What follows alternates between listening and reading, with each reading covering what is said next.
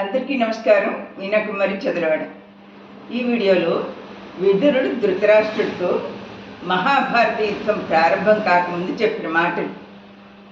ఈ యుద్ధాన్ని ఆపు చేయి, మీ వంశానికి అపకీర్తి వస్తుంది, నీకు సుఖం శాంతి ఉండదు. పాండవులు యుద్ధం మీద ఆసక్తి చూపించట్లేదు, ఈ యుద్ధము ఆపమని వేడుకుంటాడు. ఇంకా శ్రీకృష్ణుడు గాంధీవధారి అర్జునుడు ఉన్న చోట విజయం తప్పనిసరిగా ప్రాప్తిస్తుంది. కాబట్టి ఈ యుద్ధం ఆపు చేయమని చెప్పి నీ కొడుకులు చెప్పు. వినడు. పుత్ర వ్యామోహం. ధర్మం ఉన్న చోట విజయం వర్తిస్తుంది. ముందు ముందు ధృతరాష్ట్ర, నీవు ఎంతో దుఃఖాన్ని అనుభవించాల్సి వస్తుంది. నీ కొడుకులు బ్రతకాలి అనుకుంటే యుద్ధం ఆపు చేయి. ఇది అందరికీ మంచిది.